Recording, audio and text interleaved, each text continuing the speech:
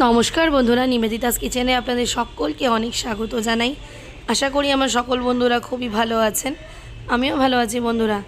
তপ্ত গরমে আম দিয়ে একটা দারুণ রেসিপি আপনাদের সাথে শেয়ার করব। এখন আমের সিজন চলছে, তাই আমের রেসিপি করব না তা তো হতেই পারে না। তো চলুন বন্ধুরা, আজকে রেসিপির দিকে এগানো যাক।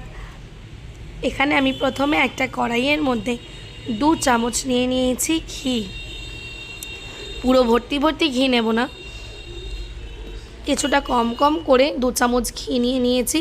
আর এখানে আছে 4 চামচ মোটা সিমুই, বা এটা ফালুদার যে সিমুইটা হয় সেই সিমুই, একটু মোটা সিমুইটাকে নিয়ে আমি ঘিয়ের মধ্যে খুব ভালো করে রোস্ট করে নেব। রোস্ট বা ভাজা আপনারা যে কোনো দুটোই বলতে পারেন। পুরো ভালো করে ঘিয়ের মধ্যে সিমুইটাকে ভেজে নিচ্ছি। এই রেসিপিটা আপনারা একটু মোটা সিমুই দিয়েই করবেন, তাহলে বেশ ভালো লাগে, খেতেও ভালো লাগে আর দেখতেও বেশ সুন্দর হয়। গ্যাসটা মিডিয়াম আঁচে রেখে ভাজবেন। গ্যাসটা বাড়িয়ে দিলে কিন্তু সিমুইটা একদিক দিয়ে পুড়ে যেতে পারে। সিমুইটা আমার প্রায় ভাজা হয়ে গেছে। আর এখানে 6টা মতো আমন্ড আর 10টা কাজু বাদাম আমি একদম ঝিরিঝিরি করে কুচিয়ে রেখেছিলাম। সেই কুচিয়ে রাখা ড্রাই ফ্রুটসগুলো আমি দিয়ে দিলাম সিমুইয়ের মধ্যে, যাতে সেই ড্রাই ফ্রুটসগুলোকেও আমি সিমুইয়ের সাথে ঘিয়ে রোস্ট করে নিতে পারি। এখন ওই ঘিয়ের কড়াইয়ের মধ্যেই আমি 1 প্যাকেট মিল্ক ঢেলে দিলাম। আমি এটা ফুল ক্রিম মিল্ক নিয়েছি। এখন এই ঠান্ডা দুধটাই আমি 1.5 চামচ মতন আলাদা সরিয়ে নিয়েছি। এখানে আমি নিয়ে নিয়েছি ম্যাঙ্গো কাস্টার্ড। যেহেতু ম্যাঙ্গোর রেসিপি করব, সেজন্য আমি কাস্টার্ডটাও ম্যাঙ্গোরই ইউজ করেছি। এখানে আমি 2 চামচ ম্যাঙ্গো কাস্টার্ড নিয়ে নিয়েছি। ঠান্ডা দুধে কাস্টার্ডটা গোলালে একদম লাম্পস জমবে না, সেই জন্য খুব ভালো করে মিশিয়ে নিয়েছি। এদিকে আমার দুধটাও টকবক করে ফুটে গেছে।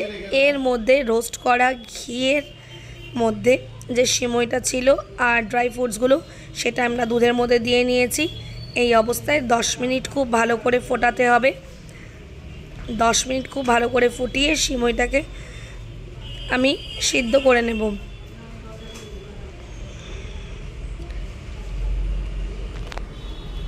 সিমুইটা 10 মিনিট খুব ভালো করে মিডিয়াম আঁচে রেখে সিদ্ধ করে নিয়েছি। এখন দুধটাও ধীরে ধীরে কিছুটা বসে যাবে। এখানে আমি একটু বড় বড় সাইজ করে আম কেটে নিয়েছি। এটা গ্রেট করব, গ্রেট করে নিয়েছি। আর একটা ছোট ছোট করে টুকরো করে আমটা গ্রেট করে নিয়েছি। বড় বড় টুকরো করে যে আমটা কেটে নিয়েছিলাম, সেটা আমি গ্রাইন্ডারে পেস্ট করে নিয়েছি। এক ছোট চিমটে আমি দিয়ে নিলাম এর মধ্যে নুন, আর 1 কাপ দিয়ে নিয়েছি চিনি।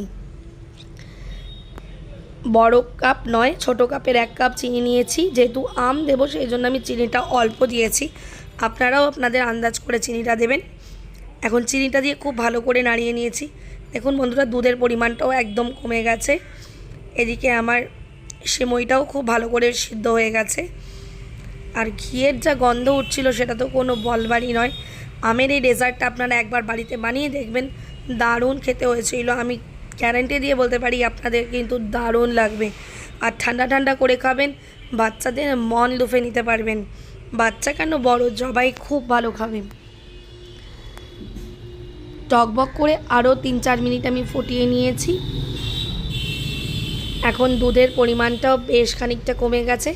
এখন আরও একবার মিক্স করে নিয়ে ম্যাঙ্গো কাস্টার্ডটা আমি দুধের মধ্যে দিয়ে নিয়েছি। দুধের মধ্যে দেওয়া মাত্রই খুব ভালো করে নাড়াতে থাকতে হবে।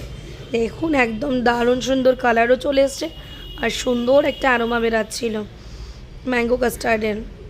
সঙ্গে সঙ্গে থিকনেসটা অনেক বেড়ে গেছিলো।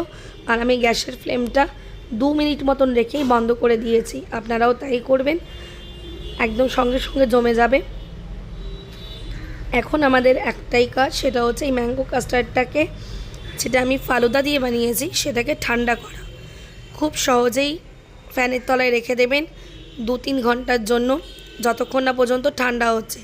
ঠান্ডা হওয়ার পরে ম্যাঙ্গো যে বড় চাঙ্কসটা ছিল, সেটা আমি বলেছিলাম পাল্প করে নিয়েছি।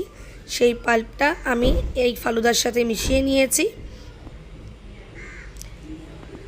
আর ফালুদার সাথে মিক্স করে নেওয়ার পরে এর মধ্যে ছোট ছোট টুকরো করে কেটে রাখাও আমি আমটা মিক্স করে দিলাম। প্রত্যেকটা বাইটে আমের চাঙ্কসগুলো পড়বে, খেতে কিন্তু জাস্ট জমে যাবে। ব্যাস আমার এই রেসিপিটা একদম রেডি হয়ে গেছে। এখন আমি গার্নিশিংয়ের জন্য সুন্দর দেখতে দুটো গ্লাস নিয়ে নিয়েছি। এর মধ্যে আমি পুরো পোর করে নেব, মানে আমি সুন্দর করে ঢেলে নেব। ঢেলে নিয়ে ওপর দিয়ে কয়েকটা আমের চাংস দিয়ে সাজিয়ে দিয়েছি।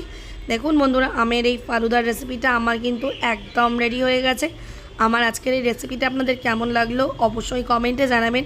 আর অবশ্যই আম থাকতে থাকতে কিন্তু এই রেসিপিটা ট্রাই করবেন। আর আমাকে কমেন্টে জানাবেন যে নিবেদিতাস কিচেনের রেসিপিটা আপনাদের কেমন লাগলো। তো চলুন বন্ধুরা, আবারও দেখা হবে আরও একটি নতুন রেসিপির সাথে। ততক্ষণের জন্য বাই বাই বন্ধুরা।